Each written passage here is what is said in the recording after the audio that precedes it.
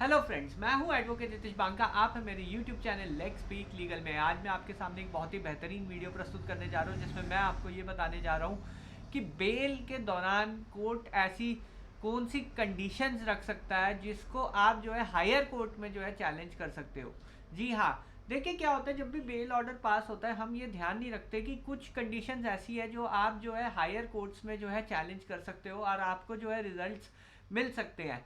मैंने कई जजमेंट्स ऐसी पढ़ी है ऑनेबल सुप्रीम कोर्ट की जिसमें जो है ये कंडीशन जो है मॉडिफाई हो सकती है या फिर सेट असाइड हो सकती है बिल्कुल ही।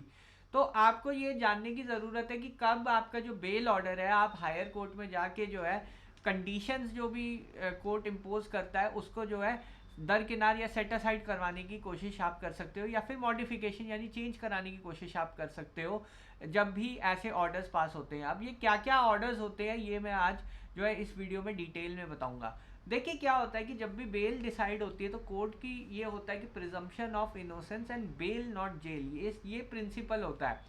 अब क्या होता है कि कोर्ट जो है बेल किस उस पर धारणा में डिसाइड करता है वो ये होती है कि क्या केस कितना गंभीर है एक्यूज पर्सन के और प्राइमा फेसाई क्या एविडेंस है एक्यूज पर्सन के खिलाफ। तो क्या होता है कि जब भी एफआईआर लॉन्च होती है पुलिस जो है इन्वेस्टिगेशन में जुट जाती है।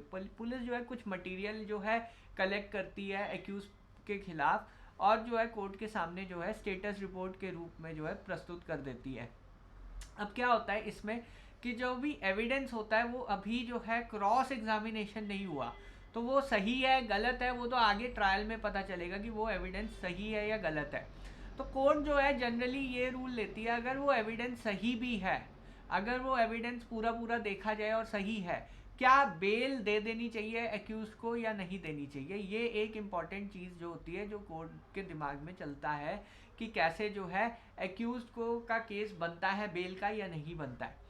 इसमें जो है देखिए जनरली जो है हम ये कहते हैं कि डिफेंस अपना डिस्क्लोज नहीं करना चाहिए, बट जहाँ बात आपकी पर्सनल लिबर्टी की है, जहाँ बात ये होती है कि आपको जो है जेल से जल्दी छूटना है या जेल से बचना है, तो वहाँ पे जो है हमें ये चीज़ करनी चाहिए कि अपना थोड़ा बहुत डिफेंस एविडेंस जो है डिस्क्लोज कर देना चाहिए।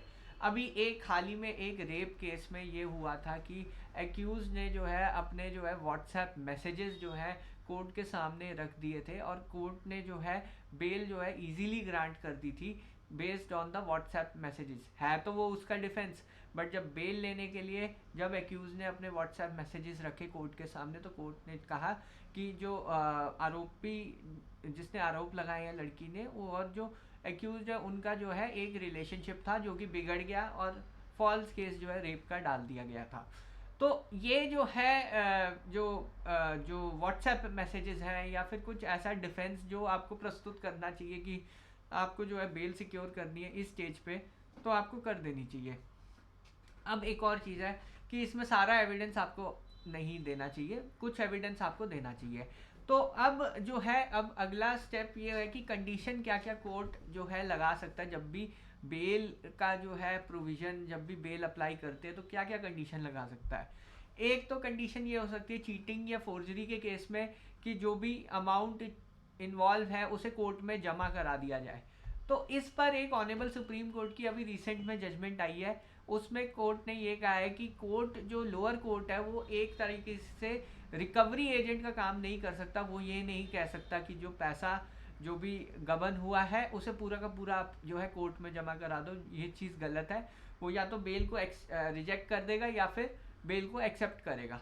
वो ये कंडीशन नहीं डाल सकता कि जो पैसा है वो आप कोर्ट में जमा करा दो। तो ये कंडीशन जो है बैड इन लॉ है, इस पे जो है मॉडिफिकेशन इजीली मिल सकती है। दूसरी कंडीशन ये है कि जैसे 498A के केसेस या मैट्रिमोनियल केसेस में या फिर जो एक्यूज है वो एनआरआई पार्टी है, उसमें कोर्ट ये कहता है कि पासपोर्ट आप जमा करा दो, कोर्ट में इम्पाउंड कर लेता है पासपोर्ट। तो उसमें कई लोगों को प्रॉब्लम आती है, जो वहाँ पे काम कर रहे होते हैं उनको बहुत ज़्यादा प्रॉब्लम आती है। इस कंडीशन को भी डाइल्यूट या मॉडिफाई किया जा सकता है। आप हायर कोर्ट में अगर चैलेंज करेंगे तो कोर्ट से ये कह सकते हैं कि जनाब मेरा तो सारा काम ही वहीं पे है, मैं कमाऊंगा क्या खाऊंगा क्या, जो भी ट्रायल की कंडीशन हैं यहाँ पे बॉन्ड मैं भरने को तैयार हूँ, श्योरिटी अगर देनी है वो मैं देने को तैयार हूँ, पर कृपया मेरा पासपोर्ट जो है रिलीज़ कर दीजिए ताकि मैं बाहर काम कर पाऊँ। तो ये जो है कंडीशन भी आप डाइल्यूट करवा सकते हैं आप हायर कोर्ट से, अगर आप जो है सेटिस्फाई कर देते हैं कि आपका जो है काम वहाँ पे है पूरी तरह। फिर और एक कंडीशन ये हो सकती है कि मेंटेनेंस ही दे दी जाती है। कई मैंने ऑर्डर्स देखे बेल ऑर्डर जिसमें जो है मेंटेनेंस का ही ऑर्डर दे दिया जाता है कि 5,000 रुपये महीना जो है मेंटेनेंस जो है दे दी गई है वाइफ को, उस ग्राउंड पे ही बेल जो है कंडीशनल ऑर्डर जो है पास किया है। तो इस केस में भी आप जो है ऊपर हायर कोर्ट में, ऑनरेबल सुप्रीम कोर्ट में या हाई कोर्ट में जो है चैलेंज कर सकते हैं। आप ये कह सकते हैं कि जनाब ऐसा है कि जो मेंटेनेंस का कानून है वो अलग होता है, उसमें कैपेसिटी ऑफ वर्किंग या फिर एफिडेविट्स, इनकम डिस्क्लोजर के एफिडेविट्स, उस बेसिस पे ऑर्डर पास होता है। सिंपली एक बेल की कंडीशन की मेंटेनेंस दे दी जाए वो बिल्कुल गलत है। वो यूरिसडिक्शन ही नहीं है उस कोर्ट की डिसाइड करने की कि वो जो है मेंटेनेंस ऑर्डर कर दे वाइफ को या किसी भी थर्ड पार्टी को। तो ऐसे जो बेल के ऑर्डर्स होते हैं जो बहुत ही ज़्यादा स्ट्रिंजेंट होते हैं, जैसे इम्पाउंडिंग ऑफ पासपोर्ट हो गया, या फिर कंडीशनल बेल दे दी कि कुछ पैसा आप जमा करा दो, या फिर ये बेल हो गई कि मेंटेनेंस ऑर्डर ही पास करवा दिया, या फिर ये बेल कंडीशन हो गई कि आप जो है बीवी को साथ रखोगे।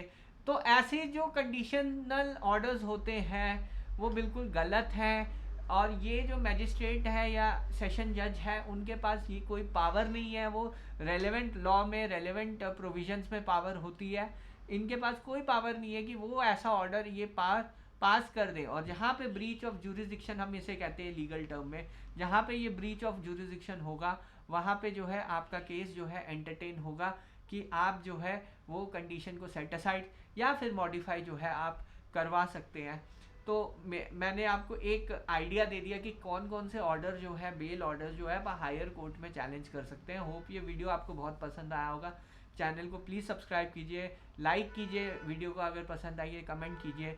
धन्यवाद। Thank you very much.